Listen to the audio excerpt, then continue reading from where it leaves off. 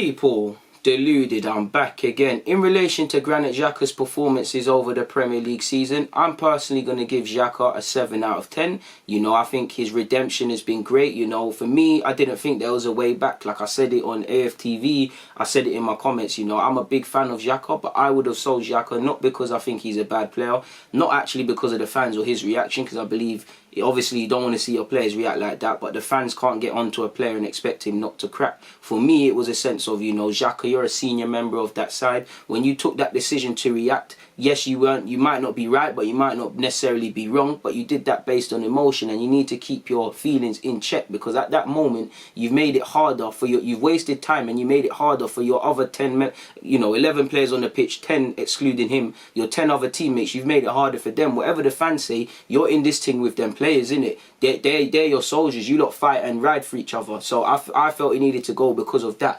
But obviously the dust has settled, and he actively wanted to leave in January. If Arteta didn't take a shine to him, he would have left. He wanted to leave. You heard her for Berlin. But since then, you know, it's been put to bed. He's been putting in performances, and he's had a solid season, you know. With Xhaka and Sebas, they're playing well. The next step is to add goals and assists. Xhaka he scores screamers, but he's never going to be a goal and assist man. But I'm proud of Xhaka. Even before under Arteta, Xhaka was misunderstood. I don't think he's anyone's cup of tea. If I was manager, which I'm not, Xhaka wouldn't be first choice for me. I think you can use Xhaka in the squad, but he's not my cup of tea. I need more dynamism in midfield. I need more line breakers in midfield. I need more dictating tempo, which Xhaka does. You know, Xhaka isn't amazing, but when he's out of the team, you can see what he offers. And I just believe Xhaka's one of them that obviously people scapegoat. He's not people's cup of tea. They can't concede that he's playing well. There's a lot of players like that at all clubs.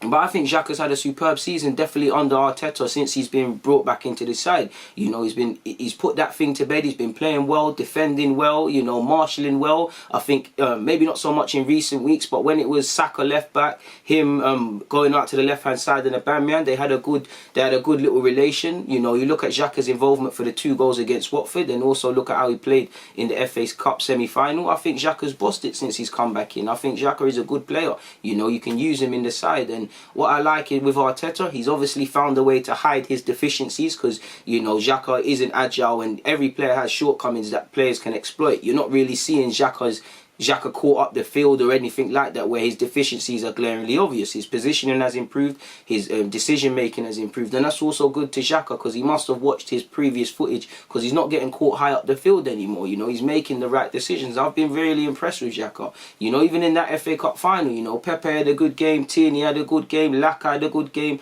Aubameyang scored 2 goals. So there's other players that were going to get the limelight, but Xhaka put in a shift. I'm really impressed with Xhaka. I've always liked his mentality. It's just about consistency and not making mistakes. There's been a bit of dodgy moments from him, but he's putting in a performance, and he's playing with consistency, and he's reacted very well to Arteta, and he's playing well. And again, football's a fickle business. You know, everybody shuts up about it. You know, we put that, rightly so, we put that whole episode to bed. It's done now, people.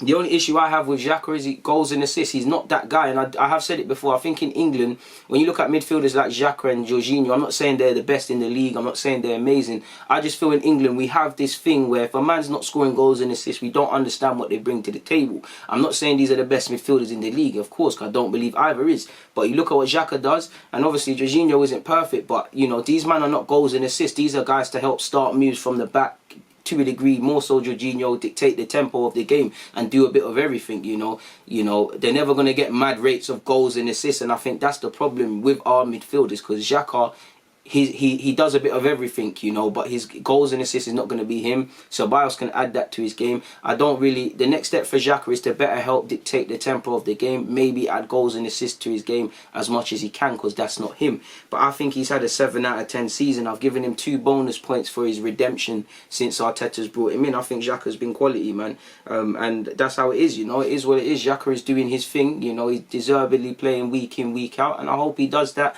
on Saturday. Not just him, I hope everybody puts in a shift on Saturday against Chelsea, which we'll talk about that then. But for now, it's always a pleasure. People, DG, I'm out, man. Take care.